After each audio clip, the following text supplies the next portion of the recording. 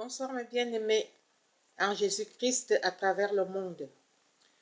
C'est votre sœur, la petite brebis de Jésus-Christ née de nouveau.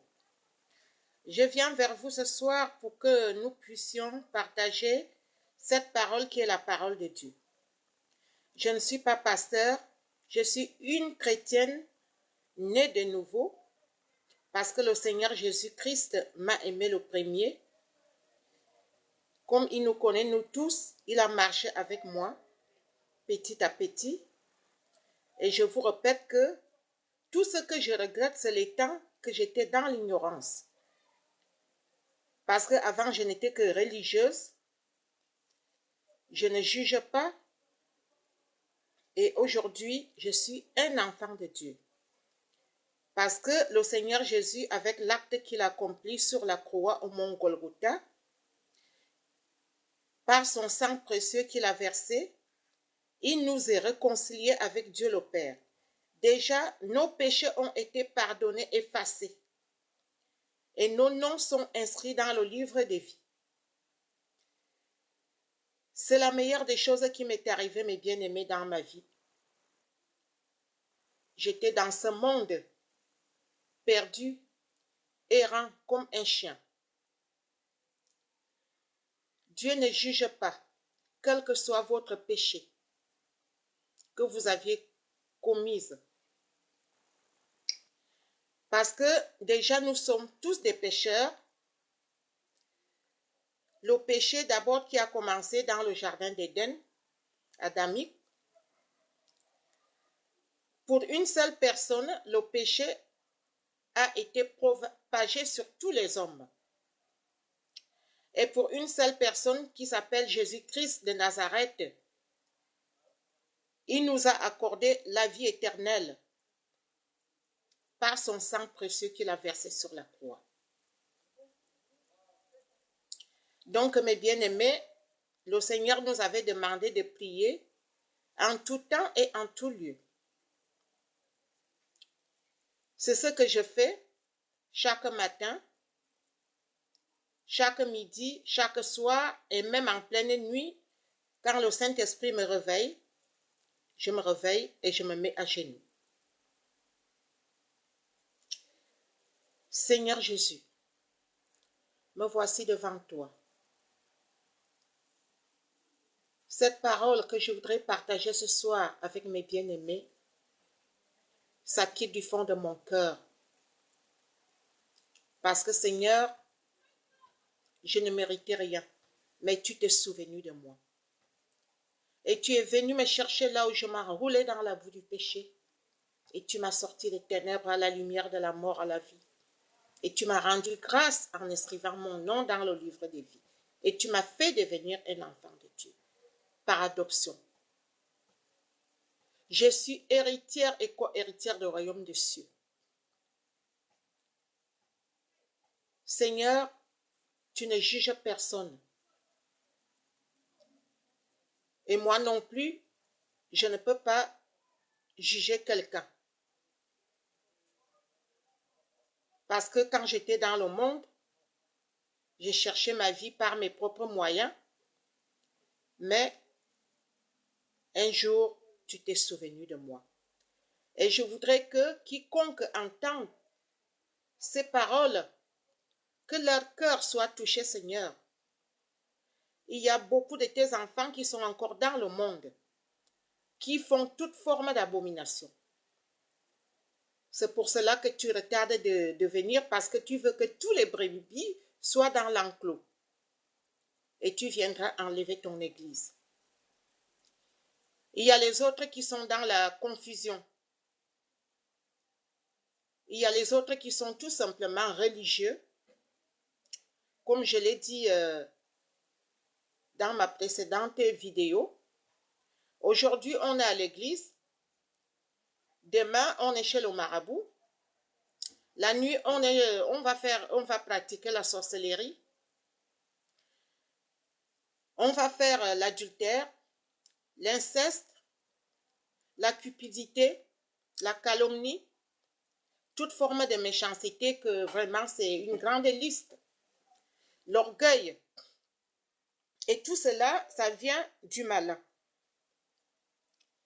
Pour nous qui sommes éclairés, Seigneur, je ne peux pas garder parce que il y a des chrétiens égoïstes. Enfin, je ne peux pas dire égoïstes parce que c'est pas facile. Parce que quelqu'un qui est dans le monde, qui est en plein péché, pour lui parler de toi, déjà, nous les enfants de Dieu, on est rejetés dans le monde. Déjà par nos propres familles. Parce que quand tu ne vois plus les choses de la même façon, ils pensent que tu es dans les sectes. Et il faut pratiquer les traditions. Et ce sont ces traditions-là qui nous amènent à la mort éternelle. Parce qu'on ne peut pas servir deux maîtres. Ou on sert Dieu, le Père, le Fils ou le Saint-Esprit, ou on sert Satan avec tous ces manigances que je viens de citer. Mes bien-aimés, cette parole que je voudrais partager avec vous, c'est dans Éphésiens 6, verset 10 jusqu'à 19. Le titre, c'est « Ne pas se tromper de combat, utiliser les bonnes armes, persévérer dans la prière. Au reste, fortifiez-vous dans le Seigneur et par sa force toute puissante, revêtez-vous de toutes les armes de Dieu, afin de pouvoir tenir ferme contre les ruses du diable. Car nous n'avons pas à lutter contre la chair et le sang, mais contre les dominations, contre les autorités, contre les princes de ce monde de ténèbres, contre les esprits méchants dans les lieux célestes. C'est pourquoi prenez toutes les armes de Dieu afin de pouvoir résister dans le mauvais jour et tenir ferme après avoir tout surmonté. Tenez donc ferme, ayez à vos rangs la vérité pour ceinture. Revêtez la cuirasse de la justice. Mettez pour chaussure à vos pieds le zèle de l'évangile de paix. Prenez par-dessus tout cela le bouclier de la foi, afin avec lesquels vous pourrez éteindre tous les traits enflammés du mal. Prenez aussi le casque du salut et l'épée de l'esprit, qui est la parole de Dieu. Faites en tout temps par l'esprit toutes sortes de prières et de supplications. Veillez à cela avec une entière persévérance et priez pour tous les saints. Priez pour moi afin qu'il me soit donné, quand j'ouvre la bouche, de faire connaître hardiment et librement le mystère de l'évangile, pour lequel je suis ambassadeur dans les chaînes et que j'en parle avec assurance comme je dois en parler. Bien-aimés en Christ, c'est l'apôtre Paul que nous tous nous connaissons par la Bible.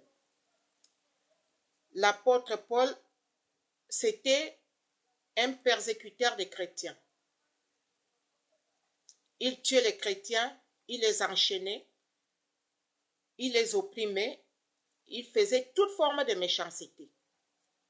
Mais le jour que le Seigneur Jésus l'a rencontré dans la rue de Damas, il est devenu une nouvelle créature. C'est pour cela que j'étais en train de vous dire que quand on a fait une rencontre personnelle avec le Seigneur Jésus-Christ, on ne peut plus voir la vie de la même façon. On ne peut plus penser de la même façon. On est une nouvelle créature. C'est pour cela, parfois, les gens qui te connaissaient auparavant, dans la famille, les amis, au travail, il y a même d'autres qui disent elle est devenue folle. Ou il y a d'autres qui ont le rejet envers vous. Ils disent oh, c'est des gens qui font faire des sectes. Et c'est la meilleure des choses qui m'est arrivée, bien aimé. Donc, nous ne devons pas faire comme le monde. Parce que dans le monde, si quelqu'un te fait la méchanceté, c'est œil pour œil et dent pour dent. Mais quant à nous, enfants de Dieu, nés de nouveau, parce que vous savez les combats que nous en avons. Parce que pour parler de la parole de Dieu, tu vas atteindre le monde spirituel. Le maître du monde spirituel qui est le diable et qui s'appelle Lucifer. Parce que nous combattons le monde spirituel. Et nous n'avons pas peur de ce monde. Parce que le Seigneur Jésus nous a donné toutes les armes qu'il faut. Les armes offensives et les armes défensives. Et nous devons les utiliser. Parce que l'adversaire, lui, ne dort pas. Nous, les enfants de Dieu, nous dormons. Il rôde comme un lion rugissant et cherche qui dévorer. Et nos âmes sont très précieuses. Parce que quelqu'un qui ne veut pas de Dieu, ou qui vit dans l'ignorance, ou même dans l'incrédulité, Satan ne le suit pas. Toi qui es un enfant de Dieu, toi qui as accepté le Seigneur Jésus comme ton seul Seigneur, ton seul Sauveur, le seul médiateur entre Dieu et les hommes. L'adversaire rôde comme un lion rugissant. Et il utilise les âmes faibles pour te persécuter. Dans ta propre famille, d'abord, au travail. Et il y a même, l'adversaire envoie aussi ses agents dans l'église. Hein? Ne croyez pas que tous les gens qui vont dans l'église, ils vont là pour Dieu. Ils vont là pour déstabiliser les bébés spirituels, ceux qui ne sont pas encore affermis. Donc, bien-aimés,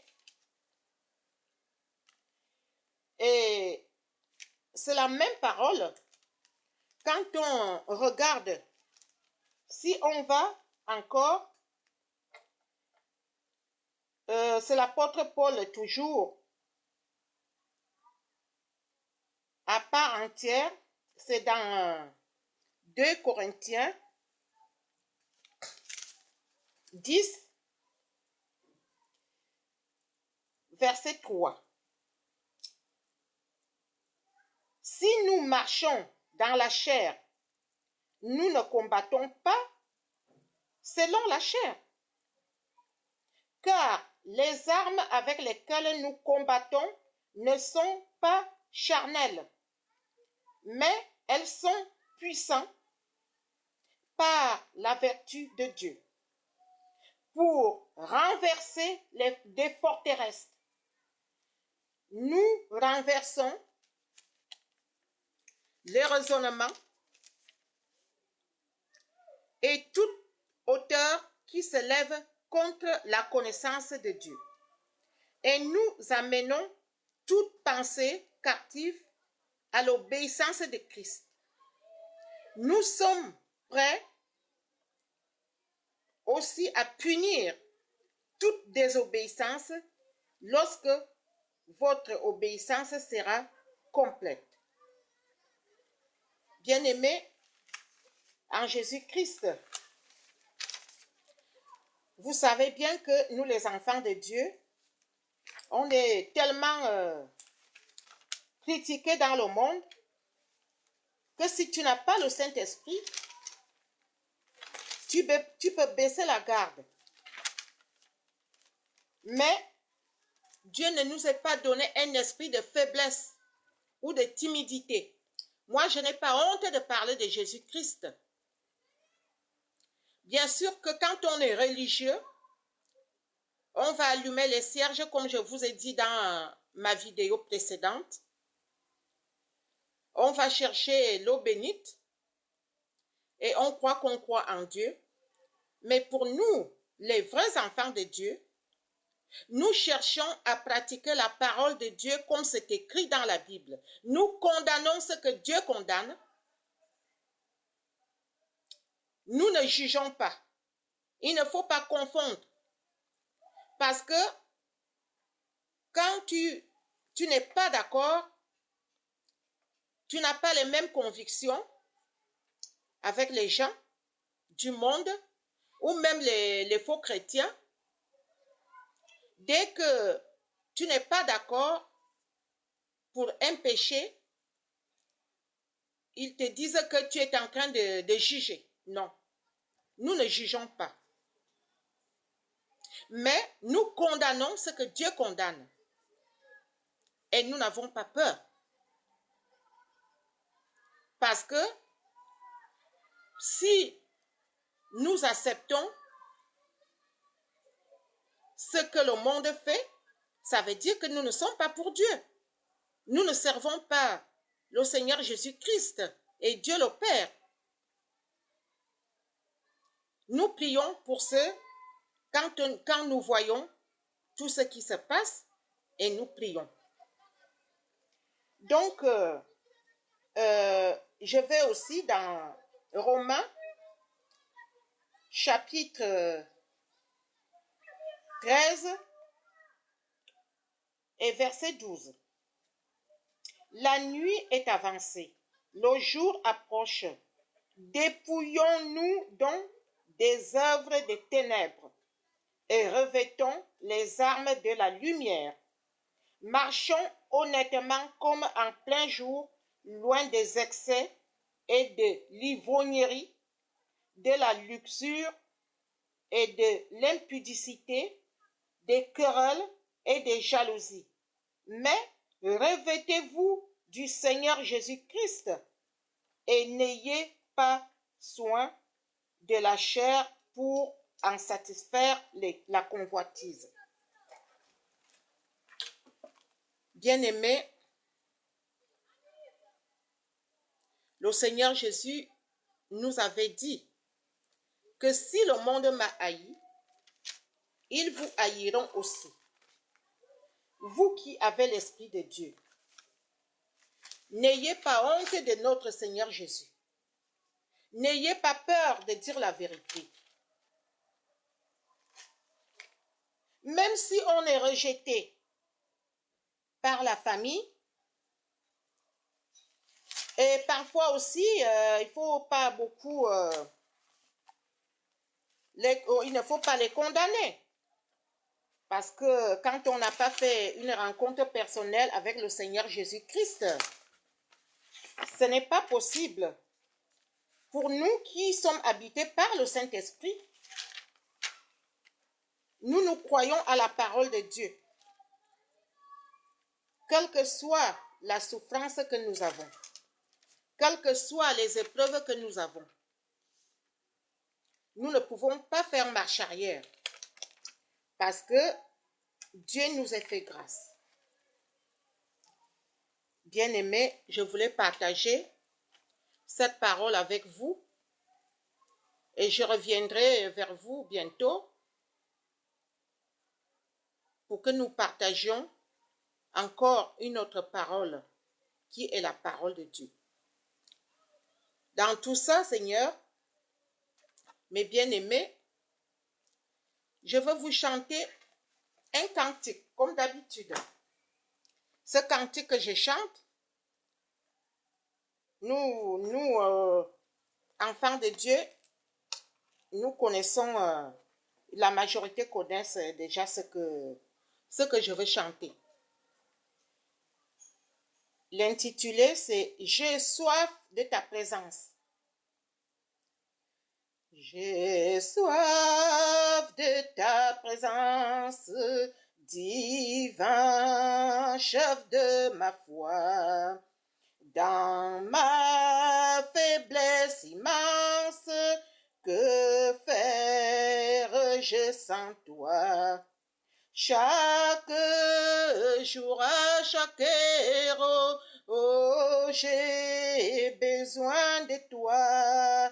Viens, Jésus, et demeure auprès de moi.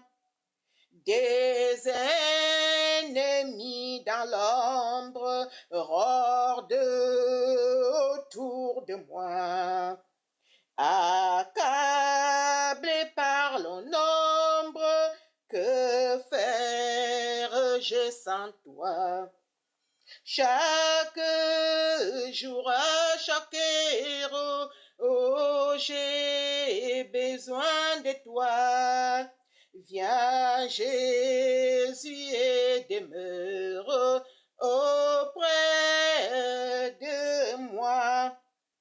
Pendant les jours d'orage, d'obscurité, d'effroi, quand faiblit mon courage, que faire-je sans toi? Chaque jour, à chaque heure, oh, j'ai besoin de toi. Viens, Jésus, et demeure auprès de moi. Oh Jésus, ta présence, c'est la vie et la paix. La paix dans la souffrance et la vie à jamais. Chaque jour, à chaque heure, oh, j'ai besoin de toi. Viens, Jésus, et demeure auprès de moi. Merci, Seigneur Jésus. Merci pour ton amour. Merci pour ta fidélité. Merci pour ta patience. Merci pour ta compassion. Ainsi que toi, Père éternel, tu es mon Dieu, il n'y a pas d'autre Dieu au-dessus de toi. Je te prie en esprit et dans la vérité. Seigneur Jésus, ces paroles que je viens de prononcer, que ces paroles soient comme des flèches et toucher les cœurs, même les plus incrédules, pour que les âmes se retournent vers toi et que ton nom soit glorifié. Merci pour ta gloire, Père éternel. Merci pour ta miséricorde. Merci pour ta compassion. Tu es le roi des rois, tu es le Seigneur des seigneurs.